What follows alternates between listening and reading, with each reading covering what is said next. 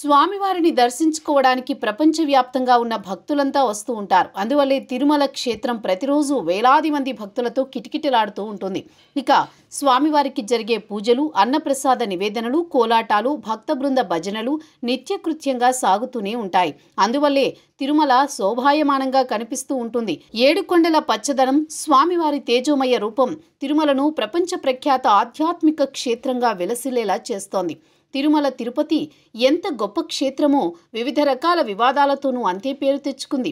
గత ఏడాది స్వామివారి లడ్డూ ప్రసాదంలో వాడిన పదార్థాలకు సంబంధించి జరిగిన వివాదం తెలుగు రాష్ట్రాలనే కాదు దేశవ్యాప్తంగా చర్చకు కారణమైంది.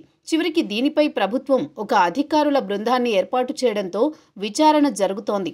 ఇక ఇటీవల కాలంలో వైకుంఠ దర్శనానికి సంబంధించి టిక్కెట్ల కేటాయింపులో జరిగిన తొక్కిసలాటల వల్ల భక్తులు ప్రాణాలు కోల్పోయారు. అదే స్థాయిలో గాయపడ్డారు. ఇప్పుడు ఈ వివాదాలు మొత్తం సమసిపోయాయి. తిరుమల క్షేత్రంలో భక్తులకు స్వామివారి దర్శనం సాఫీగా జరిగిపోతుంది. అయితే ఇప్పుడు మరో వివాదం తెరపైకొచ్చింది. ఆ వివాదం తిరుమల తిరుపతిలో చోటు చేసుకుంది కాదు, అధికారుల తప్పిదం వల్ల జరిగింది అంతకన్నా కాదు. తిరుమల తిరుపతి వెంకటేశ్వర స్వామికి ప్రపంచవ్యాప్తంగా గుర్తింపు ఉంది. ఈ క్షేత్రాన్ని జన్మలో ఒక్కసారైనా దర్శించుకోవాలని కోరుకునే భక్తులు కోట్ల మంది ఉంటారు. అయితే కోట్ల మంది భక్తిని ఆసరాగా తీసుకున్న ఓ కంపెనీ ఏకంగా ఒక గేమింగ్ యాప్ డెవలప్ చేసింది. అందులో శ్రీవారికి అదే ఆర్జిత సేవలు, లడ్డూ ప్రసాదం లభించే చోటు, స్వామివారికి సంబంధించిన విభాగాలన్నింటికీ సంబంధించిన వివరాలను ఆ యాప్లో పొందుపరిచారు. అంతేకాదు హుండీ పేరును వర్చువల్ కరెన్సీని కూడా అందుబాటులోకి తీసుకువచ్చారు.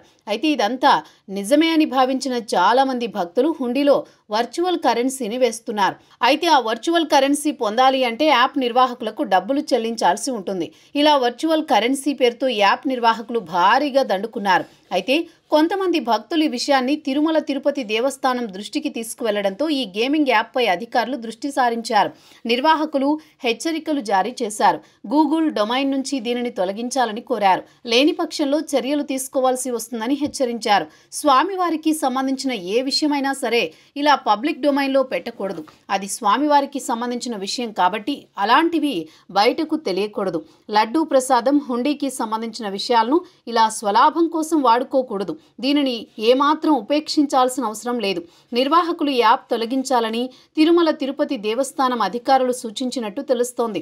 అయితే ఈ యాప్ నిర్వాహకులది తమిళనాడని, సదర్ కంపెనీ చెన్నై కేంద్రంగా కార్యకలాపాలు సాగిస్తోందని తెలుస్తోంది.